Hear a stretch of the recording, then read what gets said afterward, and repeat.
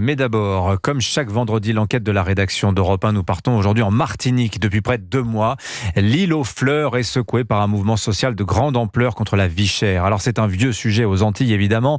En Martinique, sachez-le, les prix de l'alimentaire en moyenne 40% plus élevés que dans l'Hexagone. Bonjour Wilfried de Villers. Bonjour Dimitri, bonjour à tous. Donc voilà pour la revendication de fond. Dans la forme, on est choqué par le niveau de violence atteint ces derniers jours, malgré le couvre-feu qui dure depuis maintenant près de 15 jours. Oui, les tensions sont toujours vives sur l'île. Des barrages sont érigés toutes les nuits en travers des routes. La police évoque aussi cette semaine des tirs à l'arme automatique, des pillages, des stations essence vandalisées.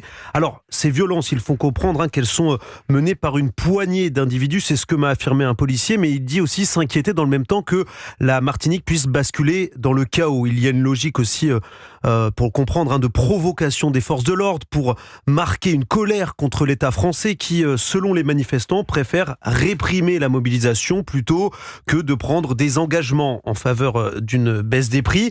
Et cela alors même qu'un accord a été signé la semaine dernière pour une baisse de 20% des prix sur plus de 6000 produits alimentaires. Un accord qui toutefois a été jugé insuffisant par le collectif Airprac. Ça, c'est le mouvement à l'origine de cette mobilisation. Alors la colère des Martiniquais, Wilfried aussi, elle répond aussi à un sentiment de dépossession. Ils sont nombreux à se plaindre de ne pas avoir la main sur leur économie qui est contrôlée par une poignée de grands groupes industriels. Oui, ça c'est ce que dénoncent les manifestants, un secteur de la grande distribution aux mains de ceux que l'on appelle les béquets en Martinique. Alors les béquets, ce sont les descendants des familles de colons. Parmi ces grands groupes, il y en a un en particulier qui focalise la grogne sociale, c'est la société GBH qui contrôle à la fois Carrefour, Decathlon, Renault ou encore Monsieur Bricolage. Au total, on parle de 1,6 milliard d'euros de chiffre d'affaires pour un PIB en Martinique de 9 milliards d'euros. J'ai parlé de cette situation avec Johnny Ajar. C'est un ancien député. Il est aussi rapporteur d'une commission parlementaire sur le coût de la vie en Martinique. Le ressenti est réel. C'est une réalité économique et sociale martiniquaise.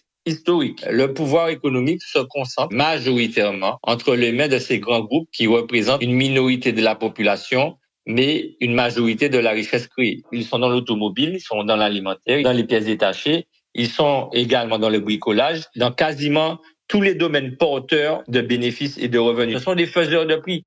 Alors, ce n'est bien sûr pas le seul point de crispation du mouvement de colère, mais voilà, il reflète aussi ce sentiment général des Antillais de ne pas en avoir fini avec le colonialisme. Alors Wilfried, vous avez échangé avec plusieurs entrepreneurs installés en Martinique. Comment vivent-ils cette situation après presque 2 mois de crise ? Eh bien, le mouvement social pèse très lourd forcément sur l'économie locale, composée à 90% de petites entreprises.